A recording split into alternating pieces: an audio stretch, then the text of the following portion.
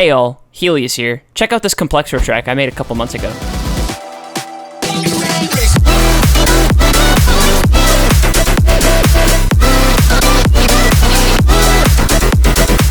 I was first inspired to make this track upon listening to Aiden's remix of Nerve by Two Hollis, as well as his tutorial on it, which I highly recommend you should check out after this video.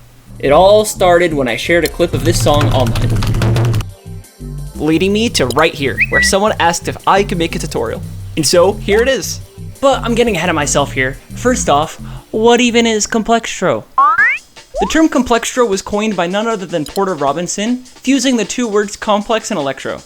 Characterized by its use of disco samples, as well as its influences from other genres such as dubstep, it started to pick up a lot of traction sometime around the late 2000s and early 2010s. However, it all started in the early 90s with this small music group you might have heard before called Daft Punk. This Paris-based duo popularized the French house genre, utilizing a lot of disco and funk samples over house loops. Fast forward to the early 2000s, and artists such as Mr. Wazo, Sebastian, and Benny Benassi built off that foundation by introducing these harsher techno influences. However, the genre as we know it was ultimately realized through the likes of various artists such as Madeon, Virtual Riot, Porter Robinson, and the up-and-coming Monster Cat label sometime in the early 2010s. And then boom! Wow! COMPLEXTRO is seeing a resurgence! You're COMPLEXTRO! No way, it's a Glitch Cat reference! No, but seriously, that nostalgic COMPLEXTRO sound is seeing a resurgence in the big year 2026, and I'd love for more people to take part in it. That being said, there'll be chapters to each part in the song, and as always, the project files will be in the description. And with that out of the way, this is how I made... The intro to the song is actually quite simple, with just a handful of key elements. I wanted to create a wide and atmospheric sort of sound, so I first started off with this respace. I'm using this Vital preset here, but you can make your own preset by detuning a saw, low passing it, and running it through some distortion and compression. Experimenting with the cutoff, wavetables, or anything that you think might alter the sound can yield some pretty fun variations. And secret bonus tip, if your respace is misbehaving, you can use a mid-side EQ to cut out the stereo widened frequencies out from your sub-bass region. Once I had the respace, I added this pluck that sits in the background playing the main melody, which creates the space and vibe that I was looking for. After that, the next step for me in achieving a wide atmosphere was to add some pads. Now there's a lot of ways to do this, whether you're sampling, designing them yourself, or some combination of the two. Here are some fun tricks that I used in this song that you can experiment with. Loading up a convolution reverb with white noise allows you to turn pretty much anything into a real-time pad. Convolution reverb works by taking a snapshot of a real space's acoustics called an impulse response and digitally imprints those sound characteristics onto your input signal. I'm gonna get out the doohickey. The equipment. In other words, it's sort of like borrowing the reverb from another sample.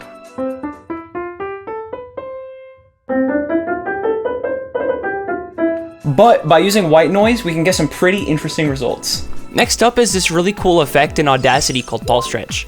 If you export any of your melodies or progressions and load them into Audacity, you can head to the effects tab and apply the effect. The end result gives you these crazy ethereal sounding pads from literally anything. And I mean anything. If I were to take this voiceover right now and start pulse stretching it, I suddenly turn into... And lastly is your Serum 2's granulizer or spectral oscillators. You can load any sort of sample or loop into Serum 2 and transform it into something completely new just by modulating and experimenting with various parameters. For pads, I personally love to toss in an ARP loop and experiment with the granulizer and filters to get fun variations of the sound. Then, to tie it all together, I added some simple percussion, as well as these various transitional effects. Lastly, I found some vocals on this site called Vocalfy while they were still free. Unfortunately, however, they recently paywalled all of their previously free content, which is a huge bummer. But that pretty much wraps up our intro for this track. Only real changes in the second half of the intro are the addition of some more pronounced drums, as well as the additional pad layers. All of which sounds like this.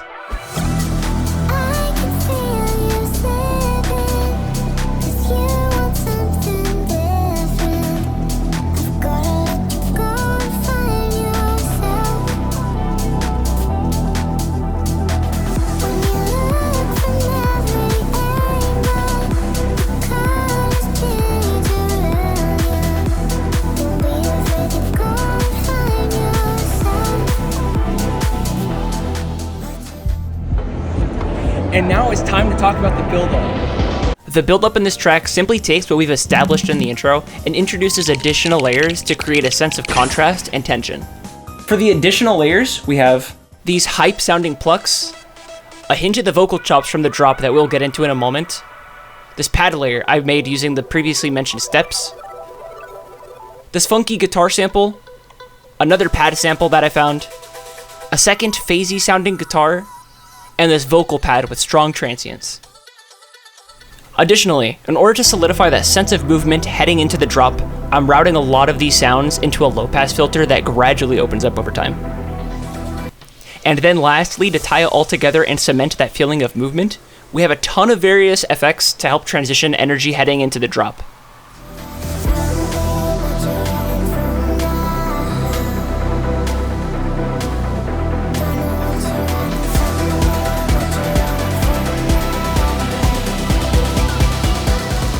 And now for the keystone of this entire operation, the drop.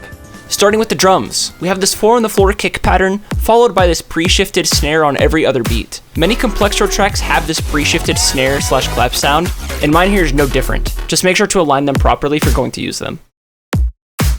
Next up, I added some hats to get that iconic and cheesy boots and cats sort of rhythm. And then lastly, we have these dispersed percussion sounds to fill in additional space and breathe some additional life into the rhythm, all of which we wrap up at the end with a drum fill. And now moving on to the bass design. There are an infinite number of ways you can experiment with bass design, and I'm not here to suggest that there is a correct way to do it. Personally, I wanted to tap into that 2014 Monster Cat type of sound, so I made this very standard mid-bass. This patch is simply a set of 2 saw waves with distortion and compression, then all I'm doing is binding the sync A and filter to some macros.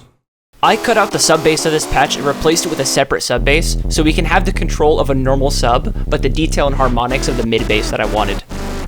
Then all that remains is automating the sync and filter parameters as well as the pitch bend. One of the defining traits of those early 2014 Complextro and dubstep tracks comes from those growls designed in Massive. I'm pretty sure this process can be emulated in any other synth, but this is how I made it in particular. Hey y'all, Editor Helios here. While working on this video, Cure Audio actually just released a new free plugin called Scream that allows you to make those classic 2014 dubstep type of basses, but far more intuitively. This isn't sponsored or anything, but I'd personally recommend doing this instead if you don't already know how to use Massive. Here's a quick side-by-side comparison before all the bass processing.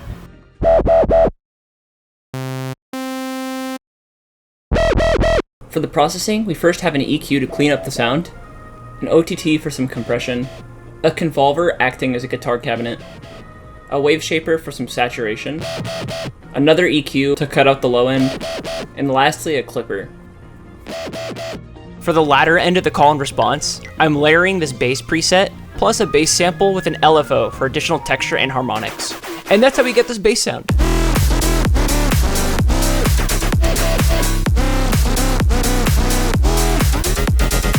And now next up is the chord stack. For the main chord stack, I'm using these 2 layers. One narrow patch that sounds like this, and one detuned patch that sounds like this.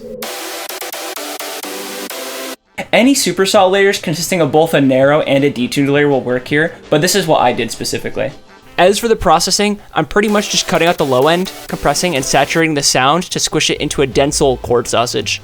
I used the AU5 Supersaw Killer tutorial for these chords, so the link to that will be in the description. I'm straight geeked right now. This other set of chords is to help create some contrast in our call and response. There's a number of ways to do this, but the general goal should be to create something distinct enough to pop out. Personally, I just wanted an excuse to use this wonky set of mixer states I made a few years ago. But for you, it could look like a slight variation of the initial patches, some different patches entirely, or something completely and wildly different. And that's the fun part. There is no right or wrong answer, which means you get to experiment and have fun. So go crazy. Go stupid. Ah! I then layer it with this crunchy sounding mid bass that has all the lows cut out in order to glue all the harmonics of the chords together.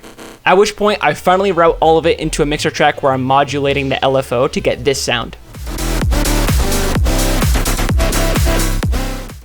Anyways, now time for the leads. The chords plus the bass were pleasant to listen to on their own, but the direction of the melody felt a little out of focus after turning those chords into a noisy sausage, so I simply added my favorite lead patch and followed along to the melody of the chords in order to make it come through more distinctly.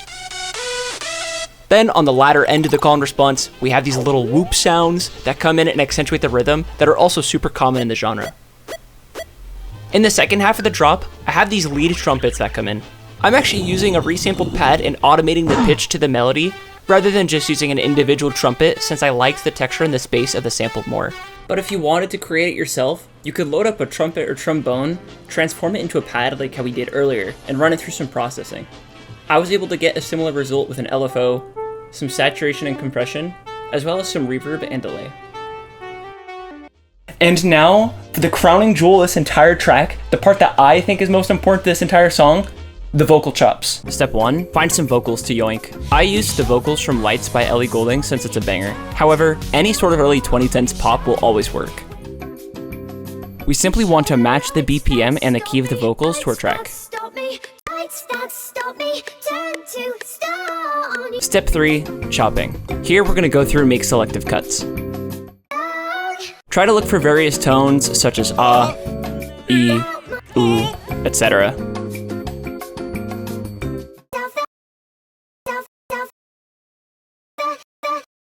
Step 4 is time to organize. The fun part here is to experiment with the order of the various tones, so go wild. An optional but often helpful trick is to make a quick melody to follow along. Also, if you want to change the pitch of a specific cut, you can Alt double-click to pull up this window that allows you to do so. In Step 5, processing.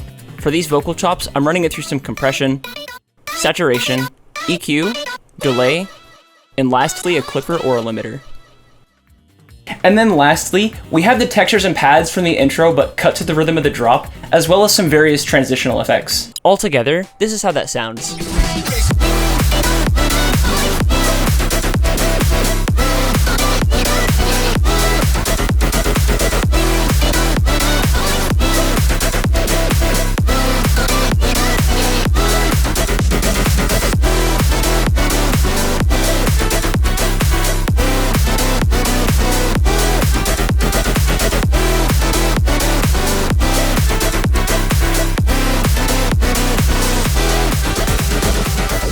And that's pretty much it for this track.